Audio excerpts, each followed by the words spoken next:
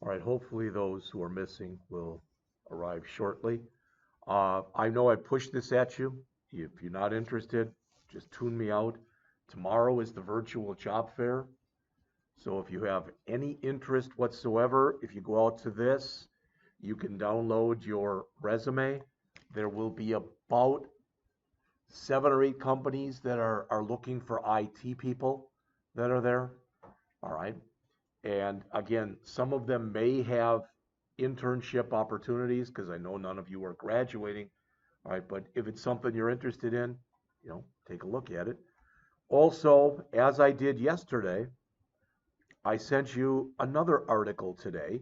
It says, please see the attached for another good resource on the use of ADO.NET. It's not small. It's 65 pages. But it's what they did is they broke it down into the 50 most asked questions about ADO.NET. There's some code in here, but more than anything else, it's just they ask a question, they answer the question. All right. And again, it's something that you may or may not be interested in. All right. And then finally, what we're going to do first today is we are going to go and create a program. Now, I have given you the code. It's right in front of you. I am also taking for granted that each and every one of you has built this interface right here. Don't worry about that thing on the bottom. I'll explain that in a bit. But I'm taking for granted that you all built this. So what I'm going to do is I'm going to literally, I have stripped out all of the code, but I'm going to put it back in again. So mine right now, I kept some of the comments, but that's all I've got. And I kept the exit button. Now, when I go and type this stuff in right now, I'm not going to type in all of these comments that are in here. This is almost 200 lines. All right. And what I did was before I declared any variable in here, you'll notice the first 37, basically the first 91 lines in here, so the good half of this almost, is just comments and the beginning stuff before we actually do any code. And I've got some hyperlinks and stuff in there, so if you're interested in finding out more about this, you can. If you're not, you don't have to. All right, but we are going to start it right here. All right. And I'm going to be putting this stuff in, and as we do it, I will be explaining it. I have mentioned this to you before, but I do want to make sure that you all hear this. I am showing you a way to do this. There is not the way to do this. There's always more than one way of doing the same thing. All right? Now, as we get started, a couple things. First of all, first thing I'm going to do here is, because I don't have it running, is I'm going to click here and I'm going to bring back up Microsoft SQL Server Management Studio. All right, do you have to bring that up? No, but I do want to mention a couple things about this. All right, first of all, that's my server name. If you didn't copy yours down, you will need it to connect to the database. So if that means you have to bring up SQL Server Management Studio to copy this, then by all means do that. All right. So I'm just going to grab that and I'm going to copy that. I've got it already in a couple different places, but that's fine. I'm just going to throw it in here. So that's mine. So literally, when we make the connection and it asks for a server name, that's what I'm putting in. Does that make sense to everybody? All right. Also, I had absolutely no problem yesterday getting this first one, getting it keyed in, getting it to work. Everything was cool. And I thought, well, that's the hard one. The easy one, we're just using a wizard. That isn't going to be hard. Until I got done and it told me that I didn't own my table or the database. And I'm like, well, it's on my machine. What the hell are you talking about? If you get an error like that later, what you will have to do is this. Look on the screen, please. You don't have to do this right now. You may not have to do it. But where I've got my Visual Studio icon, see that down here? If I right mouse click on it, and I may have to do it twice, Now I right mouse click where it says Visual Studio 2019 and I choose properties. I had to go in there and what was it under security? General, which one was it? One of these. And I'll remember it sooner or later. I had to tell it I wanted to run as an administrator. All right. And as soon as I did that, everything worked just fine. All right. I think I've got it in my own notes, but we'll see. All right. So with that said, I am going to start. So going back to this code, I'm going to ask that you guys do this and put the code in. I'm going to go through 3 problems, 2 of them today, 1 of them tomorrow. That's going to be your homework, so to speak, for chapter 18. All right. After we get done with this second project, which really hopefully isn't going to take very long, we're going to go over the first part of chapter 18 in the book. It's about the first 10 to 12 pages. That's what we're doing today. Tomorrow we're going to do another project. I'll give you the code for that one too. It's not a long one.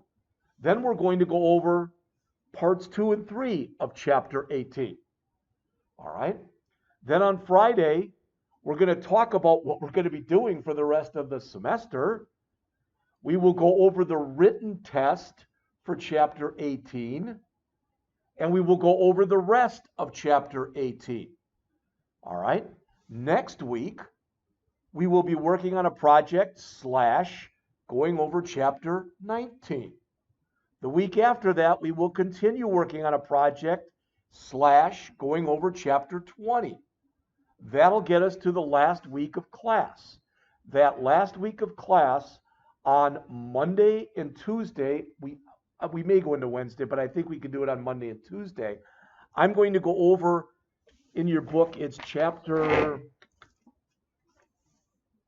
23 on how to use LINQ. Don't worry about what LINQ is. All right, I hope to have some examples for you by that time. All right, and then the last 2, ideally 3 days, you're going to get to finish up any work you still have due and work on your portfolios. And that's what we've got left. So after today, which is what, Wednesday, there's 17 days left, if I counted right. So today is day 63 out of 80. All right. So with all that said, the other thing that you're going to have to do when you get into SQL Server Management Studio, just so you know, please look up on the screen, it's going to ask where your database lives. You understand what I'm saying? It wants to know where on the file system it is. If I right mouse click on the actual, if I go down to databases and I right mouse click on my database name and I go to properties, all right, it brings up all of this junk that's in here. And if I go to files, there's where my database lives, right there. The system is going to need to know that. Where my database lives and where your database lives are probably going to be in 2 different places. My file system and your file system are not the same. All right, if for no other reason, you know, again, yours could be right there under program files, etc. All this other stuff that might be there, and it might be someplace else. All right, but these are all things that you're going to have to be cognizant of as we get working in here. All right, so with that said, I'm jumping into the code, and this is the one that you have. Again, I stripped out all the code and most of the comments. So you'll notice if you look, follow the hard copy I gave you, okay? Please. And it says there, create database variable. So I'm going to put that in. I'm going to put it right here. So create database variables. All right. So the first one talks about the connection object. And as it says in there, you need a connection object. It's required to interact with the database.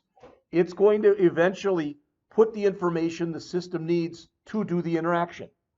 But up here, all we're going to do is we're going to put in SQL connection con. That's going to be our connection. Now, when you do this, you may get an error here if you don't have, you're going to need these two using statements as we get going in here. Can everybody read those okay from where you're sitting? Those two using statements. You can manually put them in right now if you'd like, or you can let the system give you an error and you can choose them that way. Either way, it's going to work. You'll notice that my line 2, using system.data, you may or may not be able to see this, but it's gray right now, meaning it's not currently being used because the lines that are using it, I've removed from my program. Does that make sense to everyone? All right. But eventually it won't be grayed out anymore. But you can already see this one is not grayed out because we have added this. Now, we haven't made the connection. What we're telling the system is we're going to make a connection, and the variable that we're going to use to hold that connection is called con. It could be called anything. Typically, it's called connect, connection, con, conn, etc. There's nothing that says it has to be called that, but typically that's what it's called. All right. Next, and here, just to show you, I'm already on the back of page 1 here. All right, so I'm already up to line 46. And I'm going to put in a command object. So I'm going to come in here and say SQL command, and you can call this, again, anything you want. Since it's dealing with the customer's database, I called mine customers command. By no means, again, do you have to necessarily call it that. What's going to happen next week when we start building this bigger project as a class, we're going to have a bunch of these. So for instance, let's just say we had 3 tables out of the ones we're using. So let's say we work with the customers table, the categories table, and the products table, for example. Make sense? All right. Then we're going to have like customers command, products command, categories command. We'll have all those. Now, will we have a different connection for each one? No. We're going to be connecting to the database once and being able to use what we want to use as we want to use it. Does that make sense? All right. So all the description, all the comments that you see up above there for that, basically it says the SQL command object uses the connection object to perform CRUD. Select, insert, update, and delete. Where again, select is like read, insert is like create. So those are the operations that we're using. Next, we're going to say SQL Data Adapter. All right. And I called mine Customers Adapter. Could I have called it Customers Data Adapter? Of course. But this is just what I called it. As it says in the comment there, starting in about line 50, the data adapter serves as the bridge between a data set and SQL Server for retrieving and saving data. This is what's going to allow us to use that fill command later. That's basically going to take all the data from the database, put it in our data table object so that we're able to show it to the user. Does all that make sense? All right. So then next, down at the bottom of page 2 there, we're going to have our data table object. And as it says there, a data table represents one table of in-memory data. So a table is made up of records, which are made up of fields, and different tables can have relationships to one another. So as it says, each data table is a collection of data column, data rows, and constraints objects. All right. So I'm going to come in here and say data table, and I called it customers table. Again, I know, broken record here. You could call these anything you wanted to call them. To me, the stuff that I did here, it made sense calling them what I called them. All right. One more variable that we need, and it's what's called our currency manager. When you go in and you write your own code to do this, you create a currency manager. And the currency that's right there, the word currency has nothing to do with money. It has to do with what record is current right now in the system. So it's going to allow us to flip forward and backward in what we're working on. All right. So in here, I have got currency manager. And again, what did I do? I called it customers currency manager.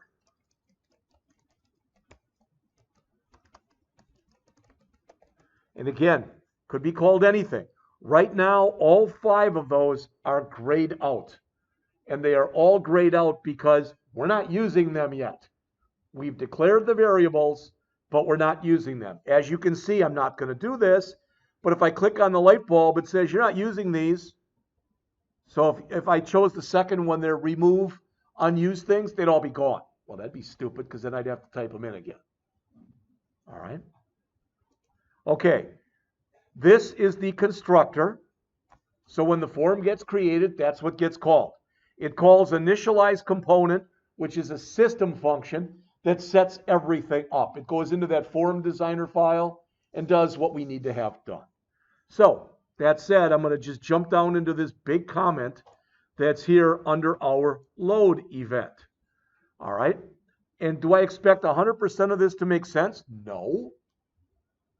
But I'm expecting that after we type it in, if it doesn't make sense, if there's something you don't get, you'll ask. All right. So if you want more information on that, you can go out here. This is where I got this from.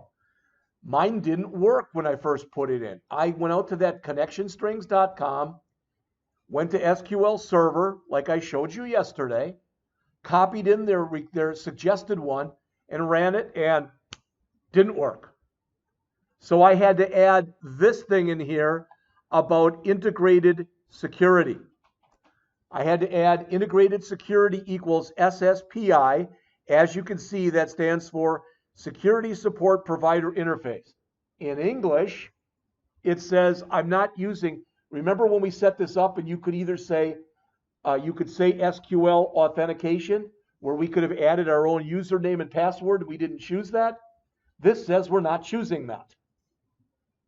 All right, there's another one that if we had chosen it, we would have said integrated security equal false instead. Well, that would have been if we had chosen to put our own username and username and password on the database. All right, so it's a bit of typing. All right, but I'm going to start putting it in right here. All right, so var constring. Now, a couple things about this. Look on the screen, please. It's the first time I think we've used var. This is not a certain kind of variable. It's just a variable. It's a var. That's why we're using this.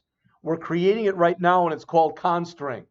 Previously, it did not exist. Did you hear me? It did not exist. So we're creating it right now. All right? What I'm going to need and what you're going to need for yours to work is, as mentioned before, out here, once you get onto your SQL Server Management Studio, you will need this right there, because you're going to specify your server name right away. If you don't do that, it isn't going to work. It's not a warning, it's just fact. It's not going to work. So I'm going to copy this because I'm going to use it in just a minute. Oops.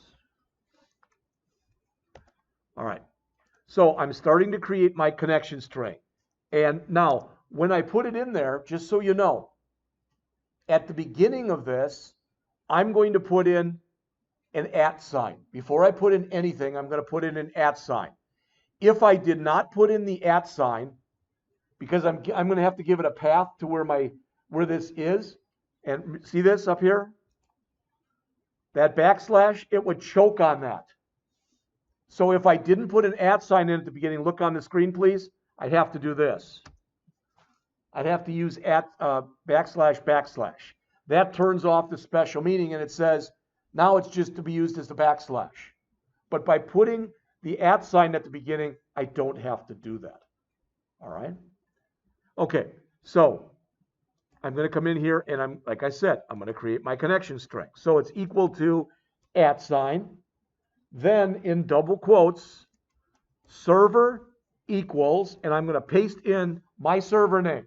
Don't you type in this unless that's your server name. You've got to use your server name. That's like why I said you're going to have to go into SQL Server Management Studio, and when that connect screen comes up, it has your server name on it. All right? So that's the first thing. Now, for the second thing, okay, I'm going to keep typing. It's going to word wrap. Did you hear me? And I don't want to hit enter here. I'd recommend you don't do that. But I'm done with my server part. So I put in a semicolon. Now I have to put in next, I put in the name of my database. I'm going to expect that you called your database sales orders. If you called your database something else, you've got to put that in. Does that make sense? All right. So I'm going to say here database equals, nope, no double quotes there, sales orders. All right. So that's the second thing. Believe it or not, we're almost done with this. But another semicolon, now it wrapped. Again, unless you've got word wrap on, you can keep typing. All right, I've got word wrap turned on here. Finally, I say integrated, that looks right, security equals SSPI. That's the same thing I just showed you. That's the whole thing with, of course, a semicolon on the end. Now, I'm still getting the green squigglies because we're not actually doing anything with it yet. We're just declaring the variable. Those squigglies will go away in just a minute. All right. Any questions on that? All right. So I'm going to put in a couple of the comments that I had. So the next one, I'm going to put in a comment in right here that says, create SQL connection based on Constrain. All right. So con equals new SQL connection Constrain.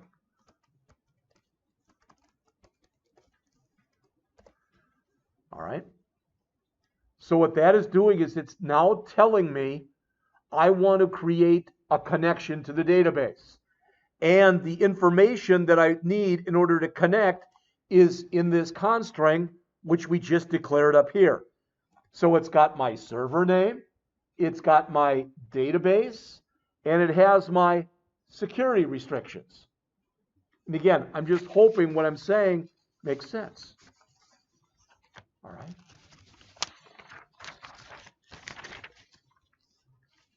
So the next thing that I want to do is I want to open my connection. All right. So right now it's not doing anything. Okay, so open database connection. Okay. And it's con dot open. And does it make sense to you that at the end of the program, we're going to want to close that database connection? All right. Now, I'm doing this very, very deliberately, very slowly, on purpose. And I want to show you something. I don't expect you to do this. And I'm going to get rid of what I'm about to show you in just a minute, right after I show it to you. All right. So right now, my connection is open. Now, if I go back into my design mode and you look on the bottom here, you probably don't have this. I didn't ask you to put it here. But it's a text box. And it's called text con status. Again, you don't have to do this. I just wanted to show this to you. So what I'm going to do is I'm going to come back here and I'm going to type in the following. Again, I'm going to remove this in just a minute. txt con status dot text equals con dot state dot toString. And there's a reason I'm showing you this. If you look up on the screen right now, so I'm going to save this and I'm going to run the program. It by no means will it work yet. But notice, see where it says open? It shows me I have successfully connected. All right. Later on in the program, and again, like I said, I'm going to get rid of this. Don't type in what I'm going to type in. But I'm going to say con dot close. I'm not going to put it here, but for now I am, just to show it to you. And I'm going to come in here and again put in that. All right, and I'm going to save, and now it's going to say closed because it opened it and it closed it right away. Does that make sense? I just wanted to show and verify that I could create the connection, open the connection, then close the connection. That's all this was meant to do. So with that said, I'm going to come back here. I don't think I've got anything. I'm going to check in here, but I don't think there's anything in there. There's not. All right, so I'm just going to remove this. All right, so now mine should look more like yours does. Now, when I go back into my code in a minute, I'm going to have errors because I'm referring to that thing that's in there right now that doesn't exist. So when I go back into here, these two lines now can be removed. And I don't need my con.close line in there. I just wanted to show you that indeed I was able to connect, open, and close. That's it. All right? Okay. So that verified that my connection was opened, and it verified that I could close it. Boom. All right. So now I've got a connection. Well, now I got to start doing something with it. All right? I mean, you can have a connection, but that isn't really showing very much when all we're doing when we run it is it either says the word open or the word closed. Who cares? All right. So we're going to start doing some stuff in here. First, I'm going to instantiate the customer's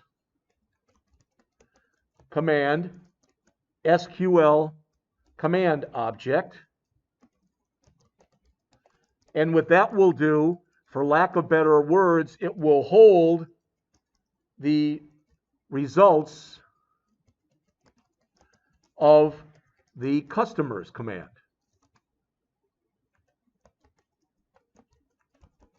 This is where I'm going to put in my select star from customers, just so you know. That's what this is.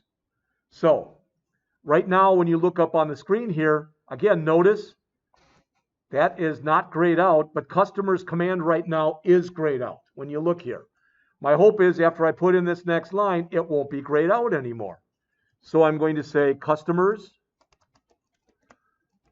command equals new SQL command.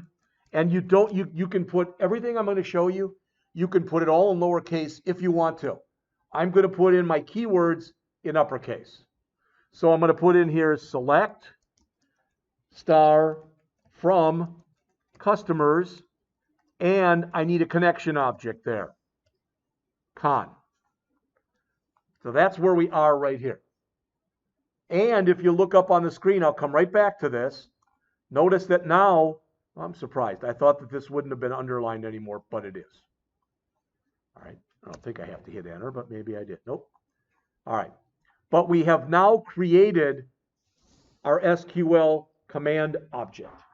Hopefully, I mean, you see that you didn't have to use this, but notice command with command.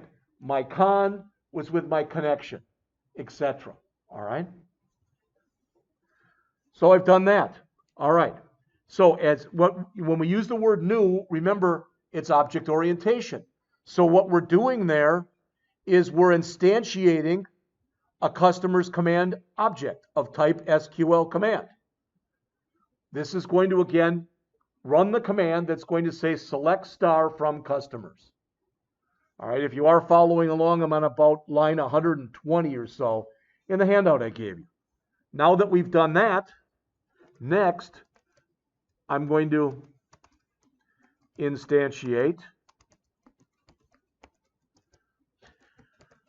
a customer adapter, adapter, SQL Data Adapter object.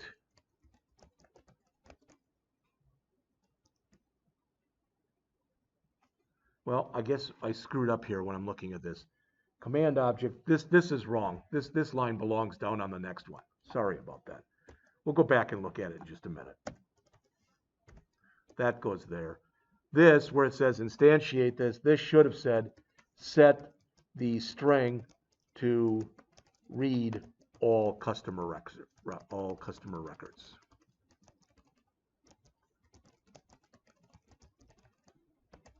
All right. So please fix your comment if you are commenting. This should say instantiate customers command SQL command object to set the string, that's what this is, to read all of the customer records, which is this part of it. All right. Now we're going to instantiate the data adapter, and that will actually use the fill method in a bit to hold our results.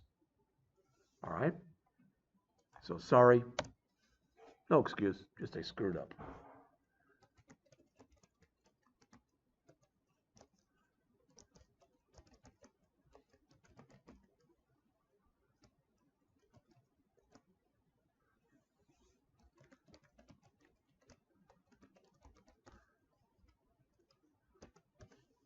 So we're doing this, we're creating the new adapter, and the information it needs is basically, well, what's the adapter being used for?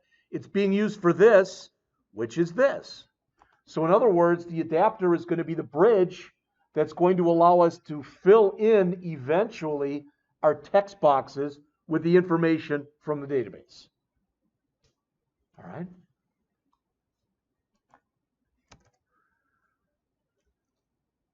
Now, I did mention this. Don't put this in. I'm going to comment all my next 3 lines out.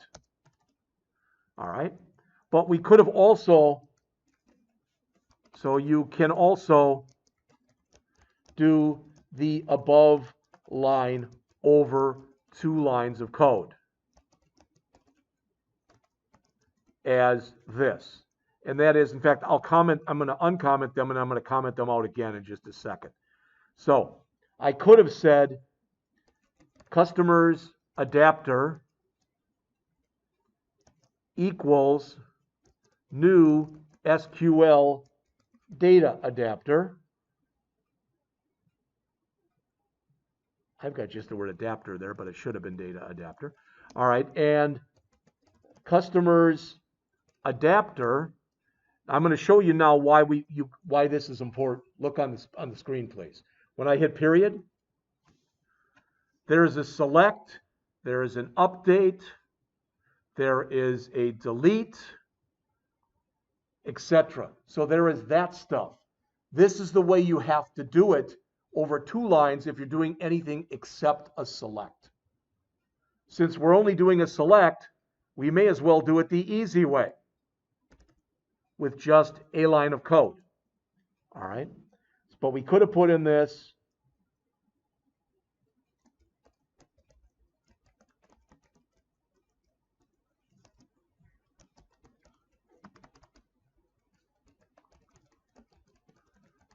and it would have worked as well.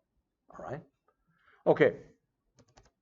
Again, you don't have to add that to yours. I just wanted to show it to you because I'm trying to be complete here. Now I want to create, or I guess instantiate would have been better. Instantiate the customers table data table object. All right.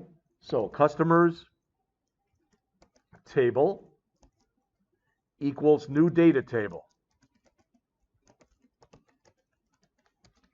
You may have noticed if you look up on the screen here, I'm going to come right back, but if you look up here, all of these start with SQL until we get down to here. Why did they do that? I didn't write the code. They could have probably just as easily called this SQL data table. I think the reason they didn't do it is these are going to be specific. They're going to be either SQL or OLEDB or ODBC. A table's a table, regardless of what you're using, and same with the currency manager. But I'm not sure if that's why they did it that way or not. I don't know. All right, so we're down to here. We've instantiated that table object. So now we're going to be able to fill the customers table using this. So fill the customers table using the customers adapter. And that simply is customers adapter dot, and you'll notice that one of the things that's in here is the fill method. So what are we filling? We're telling it to fill the customers table. So in other words, the adapter has grabbed that information from the database. It's holding it. We're telling it now that we want the customer's table object to hold that information. The difference is the customer's table is a C# database object. It's not an SQL Server object. It's a C# object. So the adapter is what we used again, so to provide the communication between the two. So now that we did this, now for lack of better words, we have to tell it, hey, what we want here is the first name, last name, address, city, state, zip, area code, and phone number. To do that, we have to do what's called bind. We have to bind the controls, all right, to their equivalent in the customers table, all right? Well, when you look in here, again, this is why I asked you to use those names, because this is TXT first name, TXT last name, TXT street address, TXT city, TXT state, TXT zip code, TXT area code, and TXT phone number. I'm asking you this question. Does anybody remember one of these fields, as they say, what is that on Sesame Street? One of these fields is not like the other. One of these fields is not the same. Do you remember which one it is? Anybody? What? No, it's not in there. One of these fields right here is not like the rest of them. Anybody remember? Do you remember that we took one of the fields and made it a small int? Remember what field that was? Area code. That one, when we do this, we're going to have to do a toString on it, because otherwise it's going to attempt to be doing something on an integer that we don't want it to do. Everything else in here, first name, last name, address, city, state, zip, and phone number, are all strings. So there's nothing special we'll have to do with them. All right? So in order to do this, what I'm going to do is try to make my life a little easier. You can do the same or not. It's up to you. But I'm going to put the comment in here that says bind the associated controls. All right? And I'm just going to put in the first one, TXT first name. Now we're used to saying here dot text, right? That's about the only thing we've used. But if I put in a D here, well, lo and behold, there's a data bindings. That's what we want. So we want to choose data bindings, and we want to say what kind of field, what are we using here? What are we binding? We're binding the text. All right. What table are we using? The customers table. All right. What's its name in the database? So look on the screen, please. If I go back to here and I come over to my customers table, so I go under tables and I right mouse click on my customers table and I choose design, I want those names. The C doesn't have to be capitalized in customers. It can be. Works fine either way. I did it both ways. It works both ways. In fact, I think you can put the whole thing in lowercase if you want to. All right, but this is the way that I did mine. So the first one that's in here is the customer first name. And that has to be in double quotes. All right. Now, did I miss something? Because it's giving me it's showing this. Oh, all right. It's with the data bindings. It doesn't like it. It says non-invocable member cannot be used. Well, the reason it can't be is I forgot the equal sign.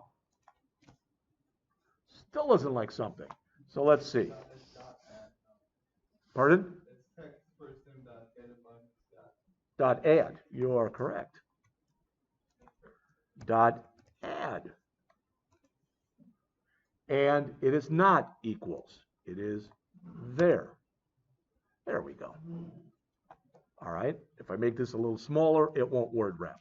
Now, I want to do this a total of like 8 times.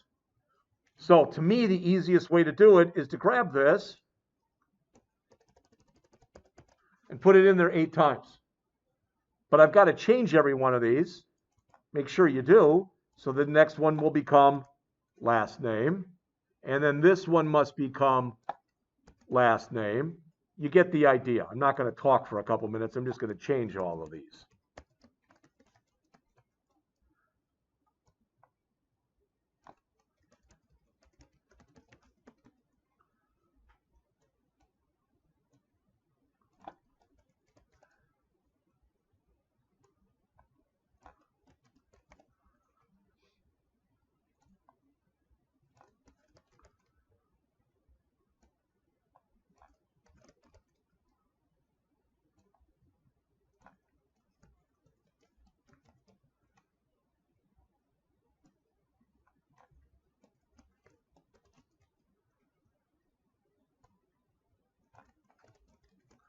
As I mentioned, if you look, I'm on line 66 on mine. This customer's area code right here, after I put it in, after the double quote, it's dot to string. That's the only one that you have to do that to. All the rest of the fields are already strings.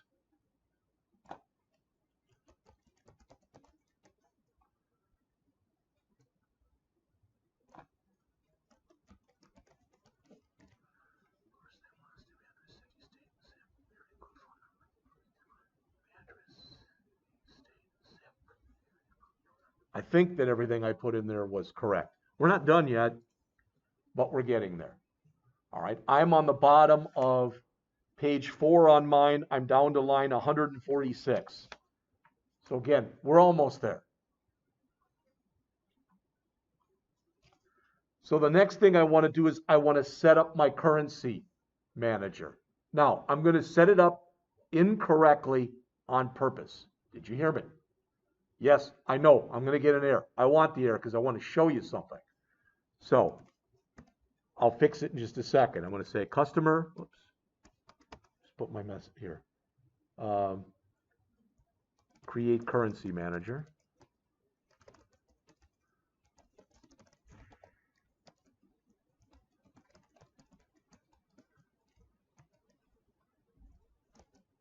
So this will fail.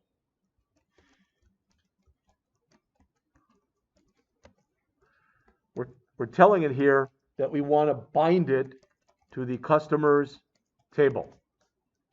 All right? And it's giving me an error, not only because I spelled binding context wrong, but it's still giving me an error because I'm trying to take an apple and stick it into a slot for an orange. So what I have to do is I have to cast this as type customer manager. All right. Currency manager. I'm sorry, not customer manager. There isn't such a thing. Currency manager. All right. And you'll notice when I did that, it turned blue. It's showing me that basically that is a system type that I set it up to.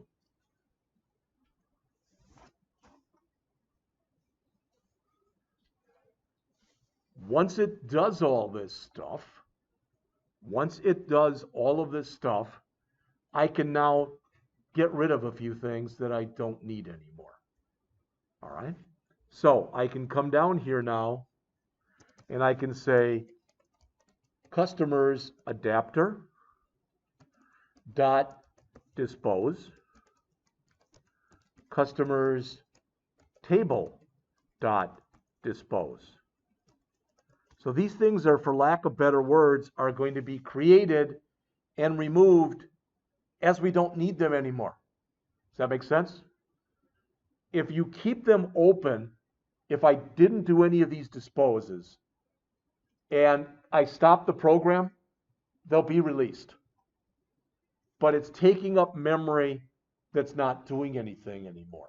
So that's why and especially if you're working in a situation where you've got several people sharing the same database, this can be problematic to not dispose of these things when you don't need them anymore. All right, they're memory hogs. All right, so we're going to finish this. We don't have much to go, then we'll take a break.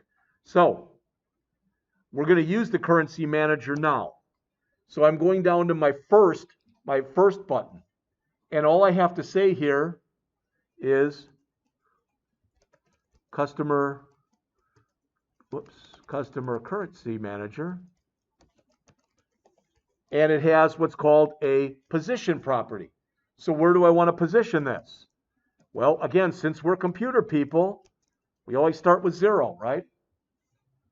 So when we go to the first record, we should be at position 0. Okay? Imagine we're at record 6. Let's say there's 20 records and we're at record 6. If we click the previous button, would you agree we want to go to record 5? Would that make sense? So we want to be one less than we currently are. Now, let's talk about the right way to do this and the wrong way to do this. All right? So for this next one, we could do this. Don't type this in. But we could type in this. And there'd be absolutely nothing wrong with doing it. So we could type in this equals -1. That would work. That's a lot of work and a lot of typing, but we could do that. Or we could say this minus equal 1. That's better because it's less typing. Or we can just do this. That's what I did. And if we're going backwards with a minus, well, to me it would make sense. We'd be going forwards with a plus. Does that make sense? So these are the 3 I put in. This was under my button first click. This is under my button previous click. This is under my button next click. So the only one that's left is the last one. We'll put that in just a second. All right.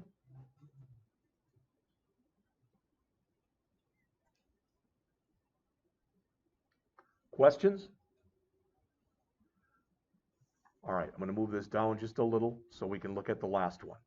This last one, well, what I want to do is I want to say my customers,